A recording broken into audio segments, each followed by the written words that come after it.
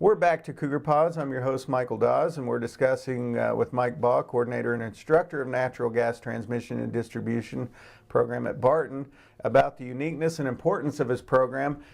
Mike, one thing that's not only are these jobs that are out there and obviously many opportunities, especially heading into the next 2 years as 7,500 jobs come available, but these are some pretty good wages, even at starting rates, for people to get in the industry and do what they like to do and make pretty good money doing it. Can you give us kind of a rundown of what that looks like? Maybe you can give us ballpark on what somebody may expect to earn? Well, sure. If you've ever started off at a minimum wage job, if you go into the natural gas or any of the energy industries with any kind of training, you're going to notice a huge difference right off the bat. Some of the local natural gas companies will hire entry-level technician for $35,000 a year. If everything works out and the attendance is good and you learn your job, $40,000, $50,000 a year after 2 or 3 years employment is not too much to wish for. The average wage for an energy technician in this area is $70,000 a year. Now that includes technicians that have been there for 30 years, so that's just a number. But it goes to show that it's a very, very good wage.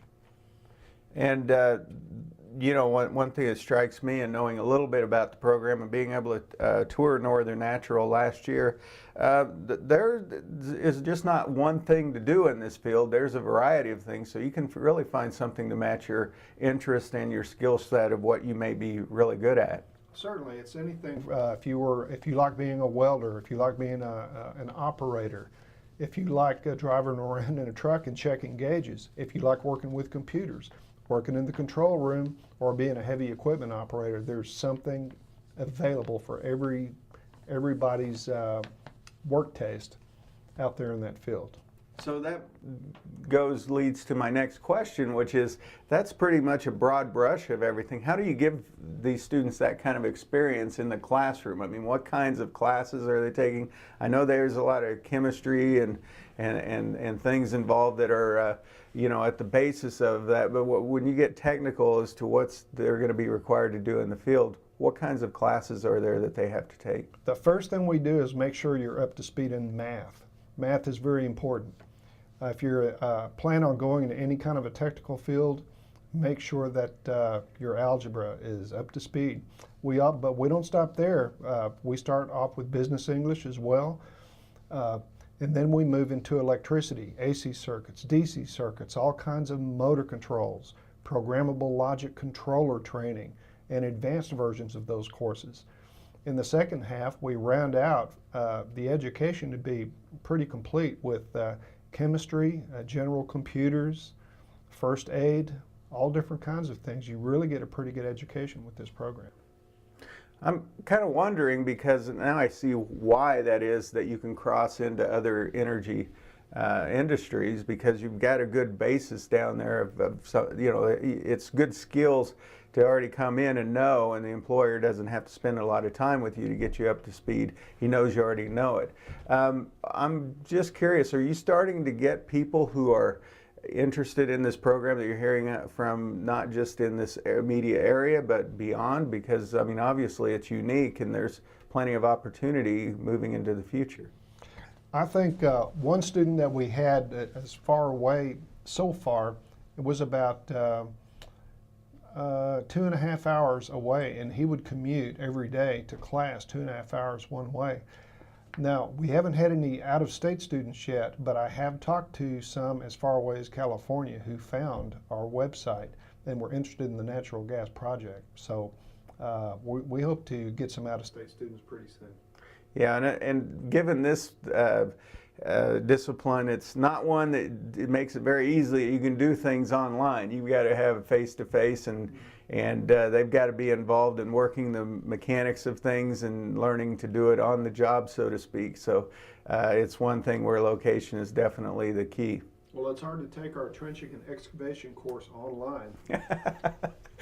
Well, when you figure out a way to do that, you could probably market that and sell it. We could. With your program, you mentioned you've been here 2 years. Are you happy about the progress you've made? Is it one thing that where you think you are in terms of where you thought you would be at this point when you started the program? I'm amazed.